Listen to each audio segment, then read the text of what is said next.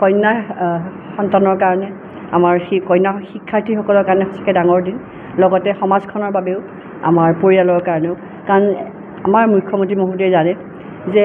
আজিৰ কন্যা অহাকালিৰ ভৱিষ্যত গতিকে সেই নিযুত 10 লাখ কন্যা সন্তানক বা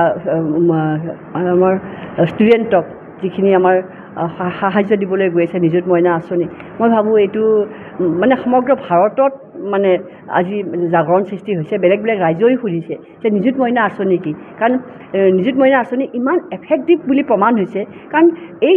ছোৱালীখিনিক যদি আমি শিক্ষাৰ ক্ষেত্ৰত এনেকৈ আগবঢ়াই লৈ যাওঁ যে ঘৰখনৰো এটা মানে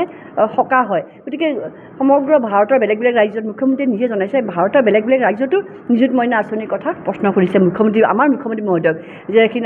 এখন কনফাৰেঞ্চ হৈছিলে নেশ্যনেল কনফাৰেঞ্চ তাত কৈছে যে আমাৰ মুখ্যমন্ত্ৰী মহোদয়ক নিযুত মইনা আঁচনিৰ কথা আপুনি কওক তাৰমানে ইমান বাহিৰত পপুলাৰ হৈছে যে নিযুত মইনা আঁচনিৰ বিষয়ে কাৰণ মুখ্যমন্ত্ৰী মহোদয়ে ভাবিলে কেনেকৈ কাৰণ তেখেতৰ এটা ভিজন আছে যে এই ছোৱালীখিনি যে আগলৈ ডাঙৰ হ'ব গতিকে তেওঁলোকে আমাৰ চৰকাৰী পৃষ্ঠপোষকতাত যে তেওঁলোকে শিক্ষা গ্ৰহণ কৰিছে সেইটো ডাঙৰ কথা আজি আমাৰ বৰপুলাত আহিছোঁ পশ্চিম বৰিগুগ কলেজত আৰু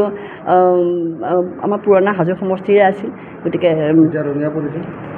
আমাৰ ভৱেশ কলিতা দেৱক ধন্যবাদ তেখেতে অনুমতি দিছে মুখ্যমন্ত্ৰী মহোদয়ে অনুমতি দিছে গতিকে আহিছোঁ আমি সকলোখিনি একেলগে থাকোঁ এটা পৰিয়ালৰ নিচিনাকৈ আৰু আজি ভৱেশ দা আমাৰ ৰঙিয়া কলেজত আছে গতিকে ইয়ালৈকে পঠালে আৰু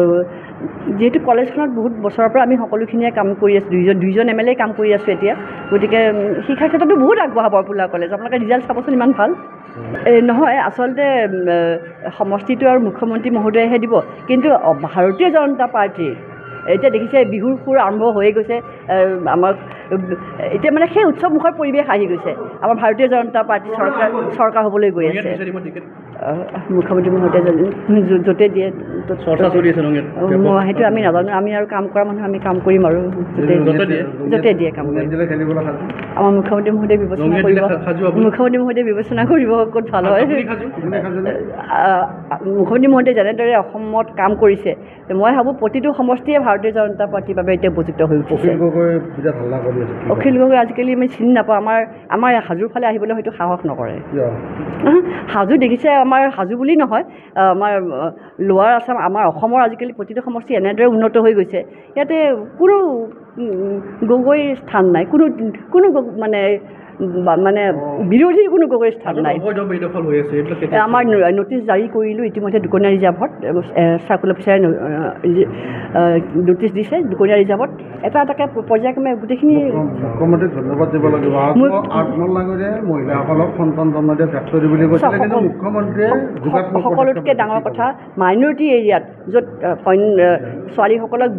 অকল বিয়াৰ পাত্ৰী বুলি ভাবা হৈছিল এতিয়া তাতে শিক্ষাৰ পোহৰ পৰিছে কাৰণ তেওঁলোকে এতিয়া পঢ়াবলৈ লৈছে ছোৱালীসকলক গতিকে সেইটো এটা ভিজন আমাৰ মুখ্যমন্ত্ৰী মহোদয়ৰ সুদূৰ প্ৰসাৰী যে এতিয়া শিক্ষাৰ প্ৰসাৰ পৰিছে সকলো চুকে কোণে অসমৰ সকলোতে ঘৰত আনন্দ আৰু সম্পৰ্কৰ চমক বজাই ৰাখিবলৈ জৰুৰী হৈছে সকলো আনন্দময় মুহূৰ্তত মৰমৰ উপহাৰ দিয়াটো